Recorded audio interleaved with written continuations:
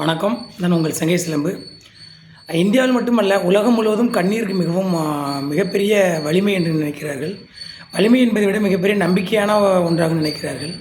காரணம், கண்ணீர் என்பது ஒரு மனிதரை உடைந்து விட்டதாகவும் நொறுங்கி விட்டதாகவும் ஒரு மனிதர் தன் இயல்பு நிலையிலிருந்து தரைமட்டத்துக்கு வந்ததாகவும் தான் இன்று வரை நம்பப்படுகிறது. அது உண்மையும் கூட. அதனால்தான் கண்ணீர் என்பதை மேற்கோள் காட்டி சில மனிதர்கள் உனக்காக என்பதை ஒவ்வொரு முறையும் நிரூபிப்பார்கள். அதில் நிறைய பொய் புரட்டுகளும் இருக்கும். நாம் அதை மிகவும் ஆழமாக அதை ஆராய்ந்து பார்க்க வேண்டியிருக்கிறது. கண்ணீர் என்பது பெரும்பாலும் ஒரு மிகப்பெரிய ஆளுமையில் இருப்பவர்கள் கூட கண்ணீர் விட்டால் இவ்வளவுதான் என்று அந்த மனிதர்கள்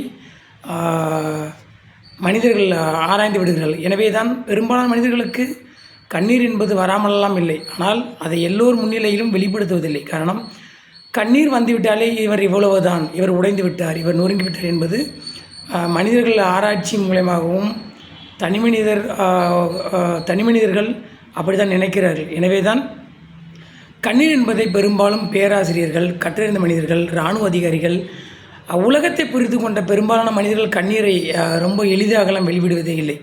ஆக மொத்தத்தில் அவர்கள் கண்ணீர் வரவில்லை என்பதெல்லாம் அர்த்தமில்லை. அவர்களுக்கும் மண்ணில் வரும். நம்பிக்கையான மனிதர்களிடம் தனிமையில் இயற்கையோடு எங்கோ ஒரு இடத்தில் எல்லா மனிதர்களும் கண்ணீர் விடத்தான் செய்கிறார்கள்.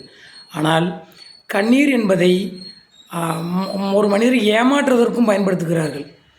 ஆண் பெண் என்று பேதம் இல்லாமல் கண்ணீர் என்பது இந்த உலகத்தில் மிக வலிமையானது என்பதால் தான் அதை வைத்து கூட இந்த உலகத்தில் மிகப்பெரிய அரசியல் நடக்கிறது. அரசியல் என்பது தனிமனித நிலை தொடங்கி உலக நாடுகள் வரை அந்த அரசியல் தொடங்குகிறது.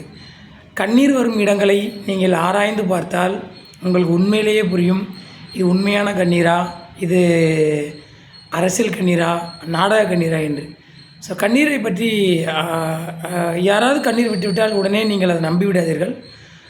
அவர்கள் வாழ்வியல் நெறிமுறையில் என்ன செய்திருக்கிறார்கள், திடீர் என்று அதையெல்லாம் மறைப்பதற்காக கூட ஒரு சொட்டு கண்ணீர் விட வாய்ப்பு இருக்கிறது. அதனால் கண்ணீரை எல்லோரும் நம்பிவிடாதீர்கள். கண்ணீரை நம்பாமல் இருக்காதீர்கள். கண்ணீரை இழிவு செய்யாதீர்கள். கண்ணீரை வைத்து ஏமாற்றீர்கள். கண்ணீர் மிக வலிமையானது. அது மனித இனத்தின் ஒரு பெரிய வெளிப்பாடாகவும் நாம் நினைக்க வேண்டும். நன்றி, வணக்கம்.